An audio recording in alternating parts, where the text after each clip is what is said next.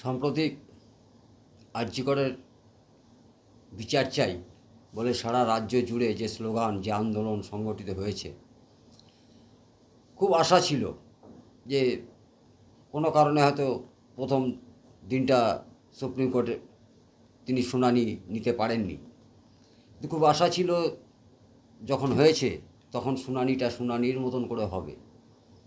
আমার ধারণা সারা বাংলা, সারা রাজ্য, সারা দেশ জুড়ে যে প্রতিবাদের ঢেউ, যারাই এই প্রতিবাদে সামিল হয়েছেন তারা কেউই মনে হয় ঠিক ব্যাপারটাকে মেনে নিতে পারছেন না। মেনে নেবেন কি করে? আমরা সাধারণত যেটা আমরা কেউই আইনজীবী নই। যারা আইনজীবী বা যারা কোর্টের সাথে যুক্ত তারা খুব ভালোভাবে বলতে পারবেন, আমাদের পক্ষে যেটা বলা সম্ভব নয়। তবু আমরা খুব সূক্ষ্ম সূক্ষ্ম বুদ্ধিতে যেটুকু বুঝি, একটা কেস উঠেছে, সেই কেসে কিছু প্রশ্নোত্তর পর্ব তো ছিলই, কিন্তু আমরা সেটা দেখতে পাইনি। আমরা দেখতে পাইনি যে জেরা করা, যেটা সাধারণত আমরা দেখি, সে সিবিআই পক্ষ বলুন বা সরকার পক্ষ কেন উকিল দাঁড় করিয়েছে আমার তো মাথায় আসছে না। কারণ সরকার পক্ষের কী বলার আছে? সরকার পক্ষ কি একমাত্র যে কোনো কেসে, একটা স্বাভাবিক বুদ্ধি দেখুন, যে কোনো কেসে আসামির পক্ষে একজন, আসামির বিপক্ষে একজন উকিল দাঁড়ান। এখানে আমাদের কাছে আসামি বলতে সরকার পক্ষ বা আরজি করের সাথে রিলেটেড স্বাস্থ্য দপ্তর, তার যে স্ট্রাকচার, তার সাথে রিলেটেড যারা, তারা স্বাস্থ্য সচিব, স্বাস্থ্যমন্ত্রী, পাশাপাশি পুলিশ প্রশাসনের ব্যর্থতা, অর্থাৎ এদেরকে আমরা সাধারণ মানুষ আসামির চোখে দেখছি। আর আসামির বিপক্ষে যারা দাঁড়িয়েছেন তারা কেন দাঁড়িয়েছেন জানি না, কী ডিফেন্ড করতে দাঁড়িয়েছেন আমার জানা নেই। রাজ্য সরকার কয়েক কোটি টাকা খরচা করে উকিল দাঁড় করিয়েছেন, তাদের বক্তব্য কিন্তু মূল জায়গায় ছিল না। তারা কোর্টে গেছিলেন প্রমাণ করতে যে আরজি করে 21 জন মারা গেছে গত 21 দিনে, এদের দায় কে নেবে? অর্থাৎ ডাক্তারদেরকে তাদের আন্দোলন থেকে সরিয়ে নিতে হোক, তার একটা রায় দেওয়া হোক। তাদের বক্তব্য ছিল যে রাস্তাঘাটে যে এত আন্দোলন হচ্ছে, রাত বিরেতে এত আন্দোলন হচ্ছে, পুলিশের কাছ থেকে কোনো অনুমতি নেওয়া হচ্ছে না। আর যার বিরুদ্ধে আন্দোলন তার কাছে কোনো অনুমতি নেয় কেউ? এটা কি কোনো রাজনৈতিক সভা? কে নেবে অনুমতি? অর্থাৎ সেখানেও একটা ডিফেন্ড করবার মতন জায়গা, যে সুপ্রিম কোর্ট যদি একটা রায় দিয়ে দেন যে এখন থেকে আন্দোলন করতে গেলে পুলিশের কাছে অনুমতি নিতে হবে, আর পুলিশের কাছে অনুমতির অভিজ্ঞতা তো আমাদের বিগত দিনে রাজনৈতিক পরিবেশে আমরা দেখেছি, পশ্চিমবঙ্গের শাসক শ্রেণী ছাড়া দ্বিতীয় কারোরই পুলিশের কাছে অনুমতি পাওয়া যায় না। হয় সেখানে অন্য কিছু থাকে, না ল অ্যান্ড অর্ডার ভায়োলেট হতে পারে, না হলে 144 ধারা থাকে, নানান কারণে দেওয়া যায় না, পুলিশ প্রোটেকশন দেওয়া যাবে না বলে। এটাও তাদের সিস্টেমের মধ্যে নিয়ে আসতে চাইছেন, ঠিক মানানসই হলো না, আমাদের ঠিক পছন্দ হলো না। তার সত্ত্বেও বলবো সুপ্রিম কোর্ট কয়েকটা কথা বলেছেন, কিন্তু কাউকে ডেকে জিজ্ঞেস করেন। আমাদের খুব আশ্চর্য লাগছে যে একটা কেস ঘটেছে, সেখানকার কাউকে কোনো জেরা করা হবে না, তাদেরকে কোর্টে তোলা হবে না। কবে দেখবো আমরা তাদের মুখোমুখি দাঁড়িয়ে মানে জজ সাহেব থেকে শুরু করে উকিল সাহেবরা, তারা তাদেরকে জেরা করছেন? আমরা সাধারণত যেটা বিভিন্ন স্তরে দেখে থাকি যে তাদের প্রশ্নোত্তর পর্ব চলবে, একের পর এক জেরা করা হবে। তাদের কবে তুলবেন কোর্টে, আশায় থাকতে হচ্ছে আমাদেরকে। আদৌ তুলবেন তো? আমরা না ঠিক ভরসা পাই না। বিগত দিনে প্রচুর কেস আছে, যেখানে একটা সংগঠিত কেস, যেখানে সরকার পক্ষ সংগঠিতভাবে একটা কেস ঘটিয়েছে, বারবার সেটাকে ডিফেন্ড করবার জন্য বিভ্রান্তমূলক প্রচার করছেন, চারিদিকে ছড়িয়ে দিতে যাচ্ছেন। সেখানে আমরা আদৌ বিচার পাবো তো? আশা তো অবশ্যই আছে, ভুলছি না, ভুলবো না। আপনাদের হয়তো অনেকেরই মনে নেই, একটু মনে করে দেখুন। সেই দিল্লির একটা কেস ঘটেছিল, মনে আছে? সম্ভবত আপনার জেসিকা নামের একটা কোনো মহিলা, যেটা উনিশশো উনিশশো উনিশশো উনিশশো 98-99 সালের ঘটনা। একটা বারে তাকে খুন করে দেওয়া হয়েছিল। খুন করেছিলেন কোনো এক প্রভাবশালী নেতার ছেলে। দিল্লির বুকে। সেই কেসটা কিন্তু ধামাচাপা পড়ে গেছিল। সেই কেসটার আর কেউ কিছু হবে না।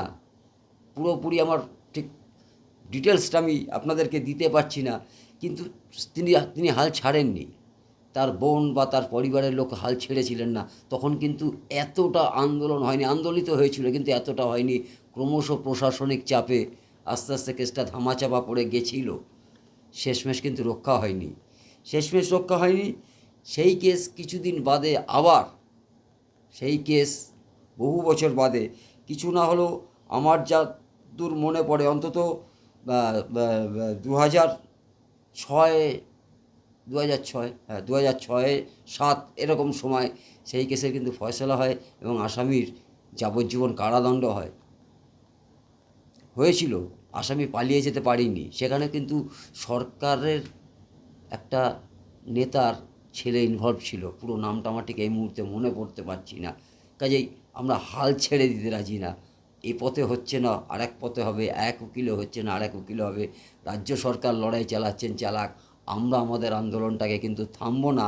আমরা এটা বলবো না ও কিছু হবে না। এটা জানেন তো সব থেকে নেগেটিভ আজকে এই আন্দোলনে না। আপনি একটা কাজে যাচ্ছেন, সেখানে যদি মনে হয় যাচ্ছি বটে কিন্তু কাজটা মনে হচ্ছে না হবে, এ কাজটা হবে না। এ কাজটা হবে না যখনই নেগেটিভ সুযোগ না সূচক কথাবার্তা না কোনোদিন সাফল্যের জায়গায় আসতে পারে না। তা কাউকেই বলছি, আমি প্রত্যেককেই বিরোধিতা করি। যেই বলে ও কিছু হবে না, আর আপনার দ্বারা কিছু হবে না, আপনার পরিবারের দ্বারা কিছু হবে না, আপনার ছেলে পেলে মানুষ হবে না, কিসের আশায় করছে? না হবে, না হবে না, ও কিছু হবে না, ছেলে পড়াচ্ছেন কেন, ও কিছু পাবে না। এটা না, হাল ছাড়ছি না আমরা, কেউ কেউ হাল ছাড়বেন না, কেউ হাল ছাড়বেন না। আমরা সব সুবিচার পাবো, আশাবাদী। এরপরেও আমরা আশাবাদী। পাশাপাশি আমরা কি দেখছি, চক্রান্তটা কত রকমের। রাজ্য সরকার তিনি বলছেন ডাক্তারদের আন্দোলনটাকে তুলে নেওয়ার জন্য সুপ্রিম কোর্টে একটা রায়ও দিয়েছেন, মানে একটা অর্ডার কপিও দিয়েছেন যে 5টার মধ্যে তুলে নিতে হবে। কেন? কেন? মারা যাচ্ছে ডাক্তার, এখন মারা যাবে। এটা আর একটা ট্রেন্ড, শুনে রাখুন। এখন ক্রমশ আরজি করে রুগী মারা যাবে, আরজি করে রুগী মারাই যাবে এখন, যেটা এত দিনে কোনো দিন মারা যেত না। হাসপাতালে যারা ভর্তি হতেন তারা সুচিকিৎসার মাধ্যমে ফিরে আসতেন। সাগর দত্ত সুপার বলছেন আমার হাসপাতাল তো ঠিক চলছে, সেখানে চিকিৎসা ব্যবস্থার কোনো ব্যাঘাত ঘটছে না। কিন্তু আরজি করে ব্যাঘাত ঘটছে। আচ্ছা বলুন তো, জুনিয়র ডাক্তারদের কি চিকিৎসা করার কথা? না জুনিয়র ডাক্তারদের অপারেশন করার কথা, না জুনিয়র ডাক্তারদের কোনো কিছু করার কথা? তারা তো তাদের নিজের ক্ষতিটা করছে। তারা আন্দোলন করে তারা শিক্ষা যেটুকু শিখতে গেছিলো সেখান থেকে পিছিয়ে পড়ছে, তাদের নিজের জীবনের ক্ষতি হচ্ছে।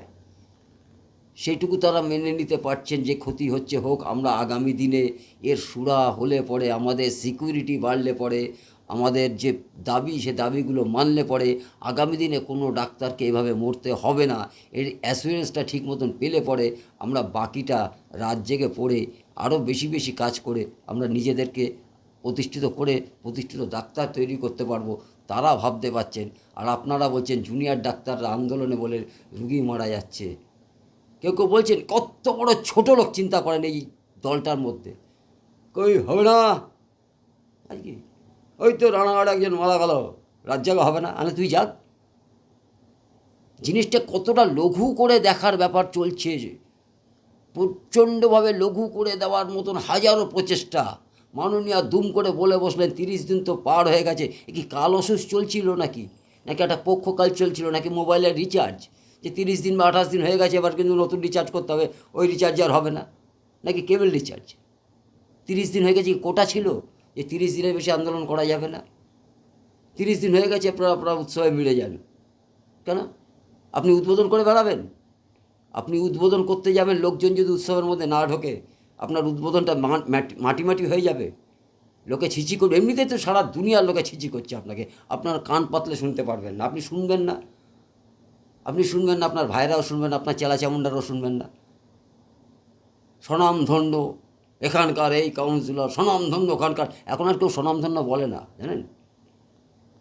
ওই আপনাদের নেতা মেতা চামচা পামচে যারা আছে তারা একটু স্বনামধন্য টন্য বলে, মাইকে প্রচার করে, বাকিরা কেউ বলে না। তারা চোর, ছ্যাচোর, চিটিংবাজ, যা যা বিশেষণ আছে সব বলে তারা, হয়তো আপনাদের সামনে বলে না। বাচ্চাদের গলা টিপে ধরেন, টুটি চিপে ধরেন, সেই জায়গাটা আপনারা বসে রয়েছেন। কোন সাহসে বলেন আপনি সবাই উৎসবে ফিরে আসুন? উৎসব তো হবে, উৎসব তো হবে, বিচারের উৎসব হবে, আন্দোলনের উৎসব হবে। এটা উৎসব, শুনে রাখুন। খেলা মেলা ঠেলা দিয়ে উৎসব হয় না। আপনি তো খেলা মেলা ঠেলা ছাড়া উৎসব বোঝেন না। খেলাই আপনার উৎসব, মেলা আপনার উৎসব। দুর্গাপুজো হবে, দুর্গাপুজো 100বার হবে, পুজো হবে, উৎসব হবে না। উৎসব যেটা হবে সেটা আন্দোলনের উৎসব হবে। সারা রাজ্য জুড়ে আন্দোলনের উৎসব হবে, আপনি দেখতে পারবেন। আপনি দেখতে পাবেন আপনার সেই জৌলুস, এখানকার পুজো প্যান্ডেলকে ভিড়। এবার আপনাকে বলি, উৎসবে ফিরতে বলছেন, কার্নিভালটা বন্ধ করবেন আগের থেকে বলে দিচ্ছি। আর আমরা পাশাপাশি এটাও বলবো, সরকার হয়তো জেদ করে কার্নিভাল করতেই পারেন। কিসের কার্নিভাল? কার্নিভাল যদি করেন আর কোনো ক্লাব সংগঠন যদি সেখানে যুক্ত হন, তো কার্নিভালে যে স্ট্যাচুগুলো করেন অবশ্যই রাখবেন। তিলোত্তমার ক্ষত বিক্ষত শরীর অবশ্যই রাখবেন। এই শয়তান, বদমাস, জোচ্চোর, লম্পট যে ক্রিমিনালগুলো, তাদের চিত্রগুলো রাখবেন। মানুষ দেখবে বাংলার সংস্কৃতি এখন যেটা হয়ে দাঁড়িয়েছে। আপনি উৎসবে ফিরতে বলছেন, উৎসবে ফিরবো কি না ফিরবো আপনার কথা শুনে ফিরতে হবে নাকি? আমরা উৎসবে ফিরি না, আমরা উৎসব করি না। আমরা পুজোটা করি, আমরা উৎসবটা জানি না। আপনি দুম করে যে যার মতো বলে দিচ্ছেন। আপনি বলছেন এটা একটা চক্রান্ত করে চলছে, রাজনৈতিক চক্রান্ত। আপনি সবেতে চক্রান্ত দেখেন, সবেতে চক্রান্ত দেখেন। আপনি একটা নিজে চক্রান্তকারী, কুচক্রিতায় চক্রান্ত দেখেন। এটা নিয়ে রাজনীতি চলছে। কিসের রাজনীতি? যদি সিপিএম বলে থাকে যে এর বিচার চাই, সেটা রাজনীতি করা হলো। যদি বিজেপি বলে থাকে এটার বিচার চাই, সেটা রাজনীতি করা হলো। আপনি কি বলতে চাইছেন? রাজনীতি বলতে কি বলতে চাইছেন? রাজনীতি তো আপনি করছেন, প্রত্যেকটা ক্ষেত্রে আপনি রাজনীতি করছেন। প্রত্যেকটা ক্ষেত্রে আপনি রাজনীতি করছেন। রাজনৈতিকভাবে এটাকে ডিমোলিশ করে দেওয়ার জন্য চেষ্টা করছেন, যাতে আন্দোলনটাকে স্টপ করে দেওয়া যায়, আস্তে আস্তে ধামাচাপা পড়ে যায়। তারপর আমি বুঝিয়ে নেবো, সুবুঝিয়ে নেবো। আপনাকে নাকি আপনার এই পুলিশের, আপনি কালকে বললেন যে বিনীত গোয়েল নাকি আপনার কাছে পদত্যাগপত্র জমা দিতে গেছিলেন। কেন মিথ্যে কথা বলেন? একটু দেখাবেন পত্রটা। আপনি রিসিভ করার দরকার নেই, একটু দেখাবেন মিডিয়ার কাছে যে হ্যাঁ উনি দিয়েছিলেন, কবে দিয়েছিলেন। দুম করে তাকে কী করে সাইড, মানে আপনি পুরোপুরি চক্রান্ত করে, মানে ক্রাইমের থেকে বড় ক্রিমিনাল হয়ে গেছেন আপনি এখন এই মুহূর্তে। বিনীত গোয়েল কবে গেলেন? আর যদি নিলেন না কেন? সামনে পুজো, পুজোতে কী হয়েছে? নির্বাচনে অত বড় একটা উৎসব বলেন আপনি, নির্বাচনে অত বড় একটা প্রক্রিয়া, তার আগে যদি বিভিন্ন জেলা পরিষদ, মানে জেলার ডিএম থেকে শুরু করে বিডিও থেকে শুরু করে ট্রান্সফার করে দেওয়া যেতে পারে, এক জায়গা থেকে আরেক জায়গায় সরিয়ে দেওয়া যেতে পারে। আপনার বিনীত গোয়েল পদত্যাগ করতে চেয়েছে, আপনার অ্যাকসেপ্ট করতে অসুবিধা কোথায় ছিল? পুজোয় কী হবে? কী হবে এই বিনীত গোয়েলকে দিয়ে পুজোয়? আবার যদি কোনো জায়গায় ক্রাইম হয়, আবার তো মানে আপনি রেখে দিলেন, যদি কোনো জায়গায় ক্রাইম হয়, কোনো কিছু হয়, আবার সরানো যাবে না, যতদিন সরিয়ে দেওয়া যায় আর কি। আপনি অ্যাকসেপ্ট করতে পারবেন না, তাকে সরাতে পারবেন না। ঠিক যেমনভাবে আপনি আপনার এই ঘোষকে সাসপেন্ড করতে পারেননি সরাসরি, তড়িঘড়ি এক জায়গা থেকে আরেক জায়গায় প্রমোশন দিয়ে পোস্টিং। কিসের পোস্টিং? কিসের স্বার্থ ছিল আপনার? রাজনীতি করবেন না মানে? এরা সবাই রাজনীতি করছে। ঠেলা আলা, মুটে আলা, শারীরিকভাবে অক্ষম, বিশেষভাবে অক্ষম মানুষেরা, এরা রাজনীতি করতে রাস্তায় নেমেছে। ধিক্কার জানানো উচিত আপনাকে, ধিক্কার জানিয়েও শান্তি হয় না। আপনি থামুন, আপনি এখনও সময় আছে, বিচারটা বিচারের মতন দেওয়ার ব্যবস্থা করুন। যে কুলগুলোকে দাঁড় করিয়েছেন না, কেউ বাঁচাবে না এদেরকে। যদি না, কথা শোনা কথা, ওই চন্দ্রবোড়ার সাথে কিসের একটা সম্পর্ক, কোনো একটা জায়গা থেকে একটা আসছে, আমরা সন্দেহ, কিন্তু তাকেও সন্দেহের বাইরে রাখছি না। বলা যায় কি, এরপরে হয়তো সুপ্রিম কোর্টের বিচারপতির বাড়ি ঘেরা হচ্ছে। উত্তাল মানুষ বিচার চায়, সঠিক বিচার। আজকে এটা নিয়ে হচ্ছে, কালকে অন্য কোনো ইস্যু নিয়েও হতে হবে। এই যে মানুষ জেগেছেন, আসলে আপনি ভয় পাচ্ছেন। ভয় পাচ্ছেন কোথায় জানেন? আপনার তো চেনা ছবি, বিজেপির যে আন্দোলন সেটা আপনার চেনা ছবি, কংগ্রেসের আন্দোলন চেনা ছবি, বামেদের আন্দোলন চেনা ছবি। কিন্তু এই যে অচেনা মানুষগুলো, যাদেরকে আপনি কোনো দিন দেখেননি, যারা এই যে স্বতঃস্ফূর্তভাবে রাস্তায় নেমে গেছে, না কেউ ডিম ভাতের আশায়, না কেউ বিরিয়ানির আশায়, না কেউ কোনো কাকু বলেছে, না কোনো দাদা বলেছে আমাদের মিছিলে থাকিস, এইটা সুবিধা পাবি, এইটা পাবি, ওইটা পাবি। কোনো কিছু পাওয়ার আশায় না, যেভাবে পেরেছে, বাবা বেরিয়েছে মেয়েকে সঙ্গে নিয়ে বেরিয়েছে, মা বেরিয়েছে মেয়েকে সঙ্গে নিয়ে বেরিয়েছে, দিদিমা পর্যন্ত বেরিয়েছে। এই যে অচেনা মানুষগুলো না, এদের যে জোশ, আপনি ফোঁস করতে বলেছিলেন, কিন্তু জনগণের এই যে জোশ, এটাতে আপনি পুরোপুরি ভীত হয়ে পড়েছেন। তাই ভুলভাল বকছেন, ওলট পালট বকছেন। আলোচনায় আসতে কে বারণ করেছিল? কিসের আলোচনা? কোনো আলোচনার দরকার ছিল না, কোনো কিচ্ছুর দরকার ছিল না। আপনি কেন বিবৃতিটা দিলেন না? যে লাশ ওখানে থাকবে আপনি জানতেন না, আপনি পরে জেনেছেন। কি দরকার ছিল উকিল খাড়া করার? সঙ্গে সঙ্গে আপনি তো 7 দিন টাইমও চেয়েছিলেন পুলিশকে দিয়ে তদন্ত করার জন্য। আপনি কুচক্রি কতটা আপনি বসে রয়েছেন। সিবিআই যাতে এটাকে কোনোভাবে প্রমাণিত করতে না পারে, যাতে আমি আবার বলতে পারি আমার পুলিশ শ্রেষ্ঠ ছিল, সিবিআই কিচ্ছু করতে পারেনি, সেই রাস্তাতে আপনি এগোচ্ছেন, প্রমাণ কিচ্ছু রাখেননি। সেই রাস্তাতেই আপনি এগোচ্ছেন, প্রমাণ কিচ্ছু রাখেননি। জনগণকে বোকা ভাববেন না, জনগণ বোকা নয়। আর আপনার এখন এতটা প্রশাসনিক ব্যবস্থা আর নেই যেটা দিয়ে আপনি ধামা চাপা দেবেন। ইতিহাস তো সবসময় বলে কয়ে হয় না, ইতিহাস তৈরি হয়। আজকে মানুষ নেমেছে, কালকে এমন না হোক একটা ডান্ডায় 3টে ঝান্ডা, অগণিত মানুষ রাইটার্সের দিকে হু হু করে চলে যাচ্ছেন। আপনি বলছেন এরা বিচার চায় না, রাইটার্স চায়। বিচার চাইতে গেলে নবান্ন থেকে সবার আগে আপনাকে তাড়াতে হবে, নাহলে রাজ্যের বিচার কেউ কোনো দিন পাবে না। সবাই পুজোয় ফিরুন, শোকের পুজো হোক। আমরা আরাধনা করি, আরও বেশি শক্তি সঞ্চয় করি এই অসুর নিধনের জন্যে। হোক না, সব মিটুক, পুজো মিটুক। পুজোর জন্যে উৎসবের দরকার নেই। যে সব আপনি তৈরি করেছেন, যে সবের আমরা বিচার চাইছি, সে বিচার পেলে উৎসব এমনিই হবে, হই হই করে উৎসব হবে।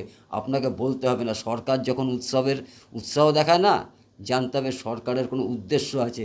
আর মানুষ যখন কোনো উৎসব তৈরি করে, জানবেন সরকারের বিপদ আছে। ভালো থাকবেন সবাই।